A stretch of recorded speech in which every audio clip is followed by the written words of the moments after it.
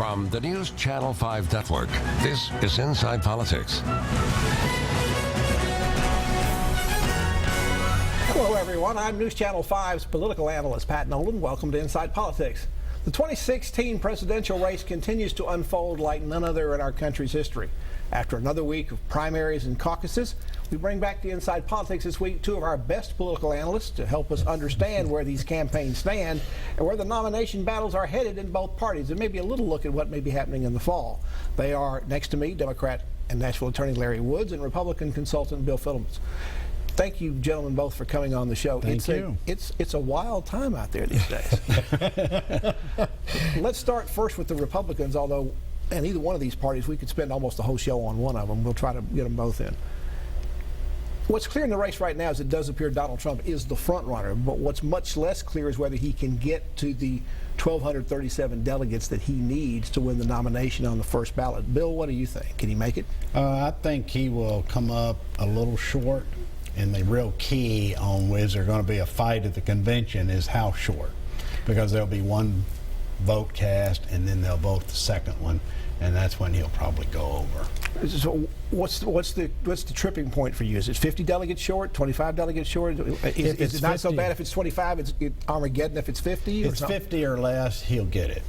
If it's closer to 100, we could have some surprises and interesting evenings. Now, Larry, I know you're loving this. We haven't had a party that's had this kind of problem since, well, the last time it was contested, even though it was still one ballot, was 1976 between Reagan and then President Ford. That's right. But the Republicans haven't had one like this since 48, the Democrats since 52. What are your thoughts? Is Trump a first ballot nominee? I think so. I agree with Bill. I think he's a little bit short in terms of the polls that project what's going to happen on the West Coast and Midwest and the remaining primaries. But, you know, one of the things that goes on behind the scenes in any election is people want to get on the bandwagon with a winner. So some people that we're going to wind up being surprised that they're for Trump. I think between now and the Republican convention, especially as it gets nearer, some of the party stalwarts in the Republican Party behind the scenes are going to start helping Trump just to be on the winning side from their point of view. Bill, John Kasich, the Ohio governor, is still in the race, although mathematically there's no way he can win enough delegates between now and the convention to win. Is he in strictly to go along with Ted Cruz and do the block for Donald Trump? Well, I think he, first, I think that John believes that he might somehow pull off a miracle. And it would be a miracle for him. It would be a miracle, but it's happened before. In 1948, the third candidate is the one that swept in. Tom Dewey. Yeah. And there's a headline out there from Truman that says he won the presidency. He didn't, but remember the Dewey wins. Yeah, in fact, I've got a Chicago Tribune. Yeah, so, yeah, that's the trouble of printing too early, and which may be the case in November. But there's a rule: you have to win at least 8 states or territories in order to be nominated. But that rules can be changed. But rules can be changed. The week before, the Rules Committee and the Platform Committee, the two most important committees, will meet.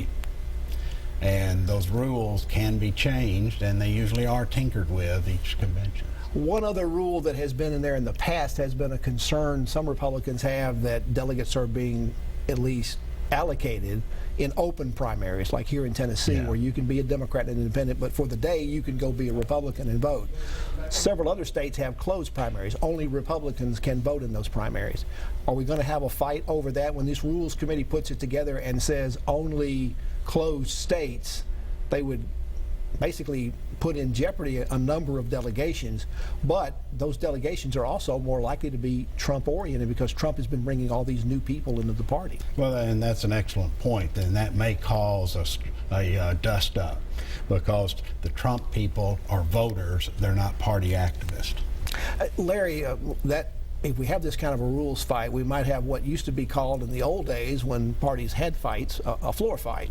Explain what a floor fight is, and do you expect to see some of those in the Republican convention? A floor fight, in my experience, and maybe it was different at the Republicans, is everybody down on the floor, the voting don't really know what's going on other than they're upset.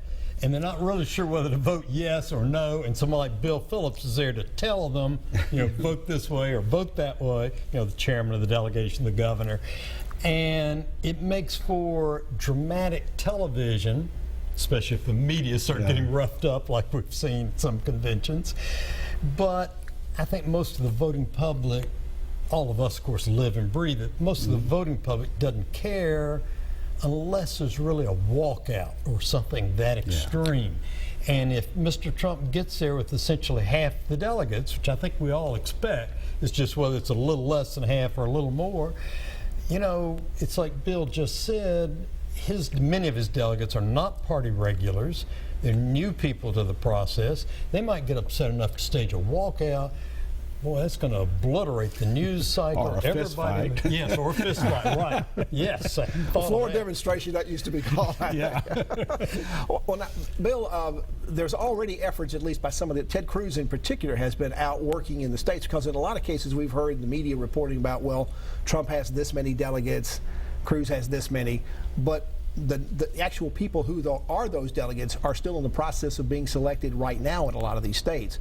And the Cruz people are working to get sympathetic people either there or on the rules committees that will make decisions in those states, and that may help him pick up some delegates that right now nobody knows about. Yeah, the Trump campaign is concentrated on getting people to come and vote either in the caucuses or the primaries. They don't have a well-established organization that is kind of traditional. Cruz has a good boots on the ground organization in a lot of these states. He is so far managing to get the key positions on committees, his delegates. Louisiana is the first one to report it out, and there's not a single Trump delegate on a committee. Let's take a break. We're talking to Bill Phillips and Larry Woods. We're talking 2016 presidential politics, because it's maybe the craziest race ever. Back to continue our conversation and turn to the Democrats after this break.